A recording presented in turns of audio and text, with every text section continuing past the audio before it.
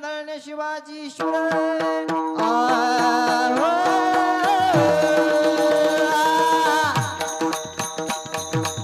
एकटा टाळी वाला धन्य शिवाजी शुर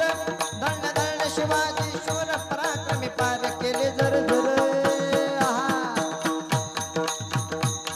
धन्य शिवाजी शुर पराक्रमी पार केले जर पादुनी पाणी दृष्ट मुगला पादुनी पाणी दृष्ट मुगला घडविला स्वराज्याचा इतिहास घडविला स्वराज्याचा इतिहास कीर्तीचा डंक विडे गगनात कीर्तीचा डंक उडा गगनात धीराती धन्य धन्य शिवाजी महाराज धीराती एक टाळी वाजवा मायबा धन्य शिवाजी शूर पराक्रमी पार केले जर पादुनी पाणी दृष्ट मुगला घडविला स्वराज्याचा इतिहास कीर्तीचा डंका भिडे गगनात कीर्तीचा डंका भिडे गगनात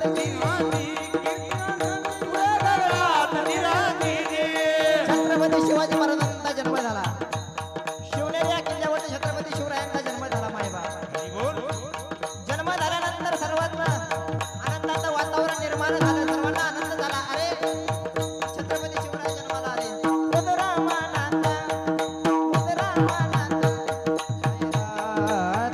धन्य धन्य दिला तुम्हाला छत्रपती शिवराय जन्माला आले मायबाप जन्माला आल्यानंतर शिवनेरीवरती आनंद झाला 1 2 3 4 5 6 7 8 10 छत्रपती शिवराय लहानचे मोठे होऊ लागले छत्रपती शिवराय पुण्याला शिकण्याकरता गेले 10 वर्ष छत्रपती शिवराय पुण्यात शिक्षण घेऊन रिटर्न आले आल्यानंतर छत्रपती शिवरायांना कळालं अरे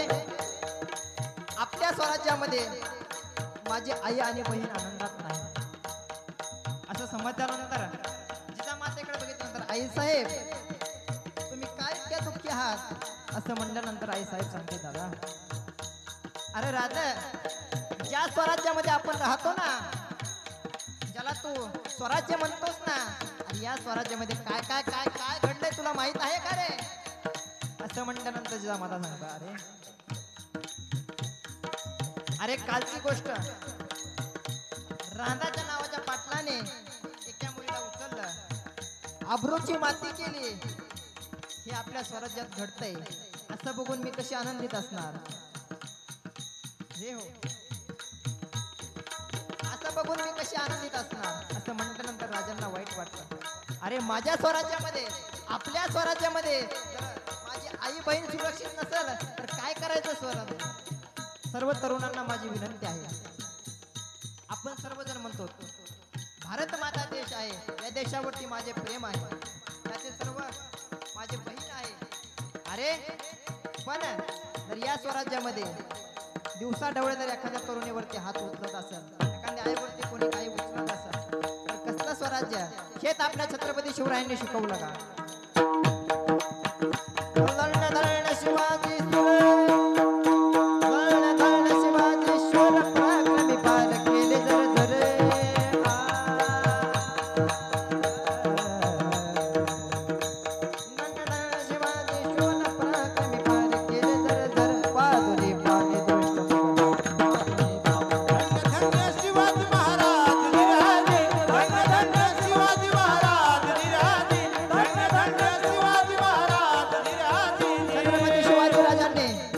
राधाच्या पाटलाला सांगितलं अरे